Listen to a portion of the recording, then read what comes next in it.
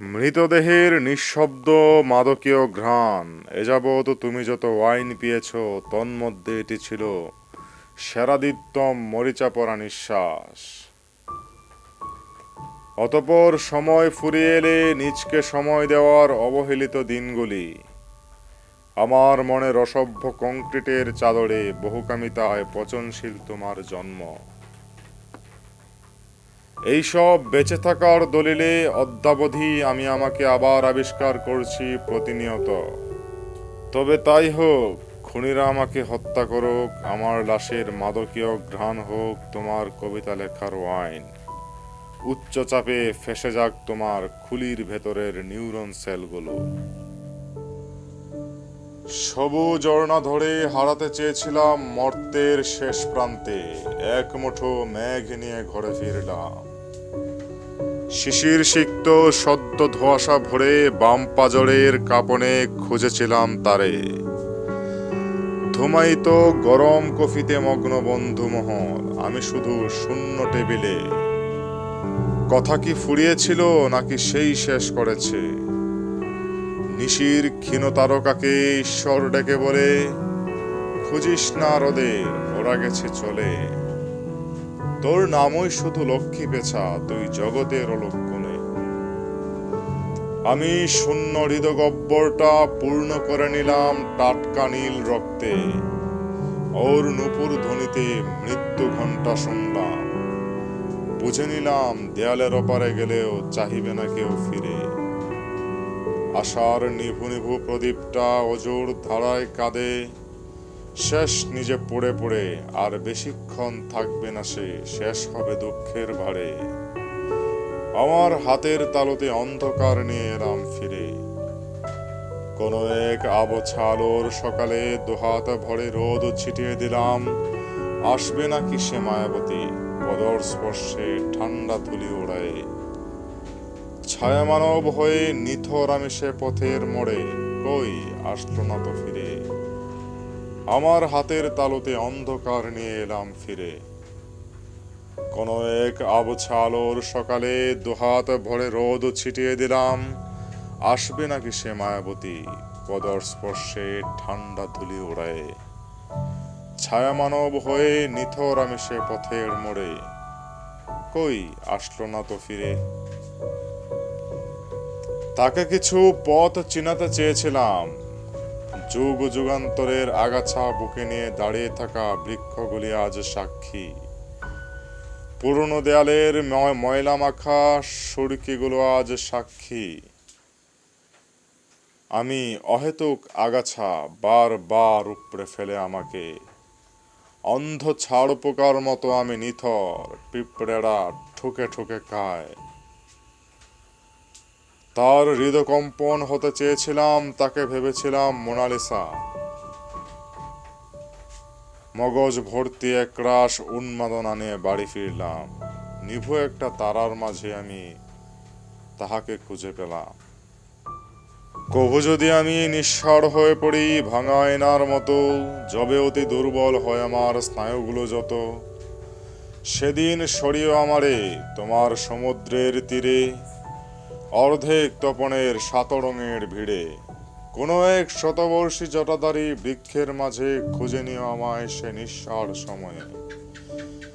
যবে ধুকবে স্তব্ধ প্রাণ, না দুঃখে না বিয়োগ ব্যথায়, সে জটিল দেয়ালের অন্তিম ক্ষণে সরিয়ে আমায় ওহে প্রিয়া সে স্বার্থপর সময়ে। মানচিত্র ছেড়ে ঘরে ফেরা সে স্তব্ধ সময়ে, মৃত্যুদূতের চিঠি পৌঁছার আগে পৌঁছে দিও তুমি তোমার শেষ অশ্রুর চিঠি, সান্ত্বনা পাবো। সরিয়ে আমায় শেখালে প্রিয়া যবে অনুভূতিগুলো নিশ্চয়, কবেকার ছাড় পোকার গন্ধে ভরপুর সে কাব্যে নব্যতা খুঁজবে কোনো এক নতুন কবি। ওটাতেই তুষ্ট থেকো প্রিয়া, সে কাব্যে আছি তুমি আর আমি। আমার নতুনত্বে ভালোবেসো না প্রিয়া, একদিন দেয়ালে ঝুলে রইব প্রতিচ্ছবি হয়ে। সরিও প্রিয়া সেদিন হে, বেঁচে থাকি যেন আমি তোমার ভালোবাসায়। খুব সযতনে গড়া বিকেল ভেঙে সন্ধে করো না প্রিয়া। আমার অন্ধকারে একটা সূর্য তুলে দিও তোমার ভালোবাসায়। বড্ড অসহায় সে অসমাপ্ত 206 পৃষ্ঠার বেমানান গল্প। স্বার্থপর সময় চরম দুঃখ দিয়ে যায় সে অসমাপ্ত গল্প শুনে। আর কবি তখন কৃত্রিম শোক পোড়ায় সে গল্পের অভিমানের অভিযোগে। এসব ব্যর্থ দুটুকরো ভালোবাসার আবেগ। সে বিয়োগের দুস্থ সময়ে বিয়োগের সূক্ষ্ম অভিযোগ এনে দিও প্রিয়া, আমি শীতল করব দুটি আঁখি। কাব্যগুলি যেদিন টোকাইয়ের পুটলিতে রবে, আর আমি ফেরারি হয়ে পথে পথে। খোঁজো আমায় সেদিন হে প্রিয়া, কোনো এক শুভাকাঙ্ক্ষী অপরিচিতা হয়ে। স্বার্থের বসুধায় অভাবের প্রভাবে নিভু নিভু জীবনিয়ন, কবু তাও নিভিতে চলে বাস্তবতার হিম করা বাতাসে। জীর্ণ আশায় অপেক্ষমান পুষ্পিতা এক সময় ভুগুত কায়ার অভাবে শূন্যতার কাঁপনে। আমি তাকে বলতাম, আর একটু ধৈর্য ধরো পুষ্পিতা, মশলার যুদ্ধটা বিরতি দিক, আমি আমার পরিবারকে প্রস্তুত করি তোমাকে স্বাগত জানাতে। তারপর আমার হীরক বেষ্টিত তুষের চেরাগ জ্বালাতে, বিধর্মী থেকে ধর্মে ফিরে যেতে কত চেষ্টা। কখনো ভাবিনি তর্কে বহুদূর আমি ভুগব মস্তিষ্কের পক্ষাঘাতে। হারাবো বা পাওয়ার অনিশ্চয়তায় নতুন করে পৃথিবীর সাথে আমার সুস্থ হয়ে, নতুন করে পৃথিবীর সাথে আমার কর্ষণ। তোমার অবনমতিতে তব সদল বলেরা আমাকে খুঁজতে তোমায় পাঠিয়েছিল ভুল বসুধায়। প্রেমের উদাত্ত আহ্বান সেও দিল না অহমিকায়, তুমিও দিলে না অবমানে অভিমানে। জানো পুষ্পিতা, আজকাল এস্টেটে প্রচুর বায়ু দূষণ হয়। যুদ্ধটার মাঝামাঝি বিরতিতে তোমায় পড়লে মনে। দেখো পুষ্পিতা, স্মৃতির বাজারে কষাকষির দরে আমি যেন আর না আসি উঠে। আমি স্রষ্টার শতসিদ্ধ সমীকরণ মেটাতে এসেছিল, তব দর্পণে বিপদ সংকেত হিসেবে আলোকপতিত আমি। যে সুস্মিতার সপ্ত জন্ম সাধনা পর এ বক্ষে মিলনিচ্ছা হনপর, সে প্রাণ বিশ্লেষিত হলো হেরিয়ে দর্পণ। অদৃষ্ট বিধেয়ক বিশ্ব ব্রহ্মাণ্ডের অতি প্রাকৃত মৃত্তিকা থেকে এক গেরুয়া কায়া সৃজিয়েছেন।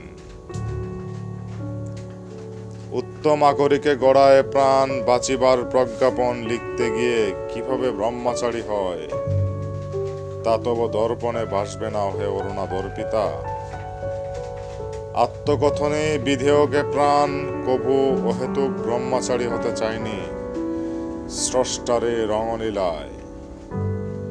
আমি তোমাকে পাওয়ার তীব্র আকাঙ্ক্ষা করি না সুস্মিতা, স্রষ্টার পৌনপুনিক অঙ্কে জীবনের সরল রেখা টেনে দেখেছিল। জীবনের সূর্যের খুন হবার দৃশ্য আততায়ীর হাতে। দর্পণ স্রষ্টার একমাত্র ভুয়া সৃষ্টি, যদি তুমি তাহা জানতে ওহে সুস্মিতা। কবিরা ভালোবাসা পায় না, কবিরা ভালোবাসে সবাইকে, কিন্তু কোনো স্পর্শ পায় না।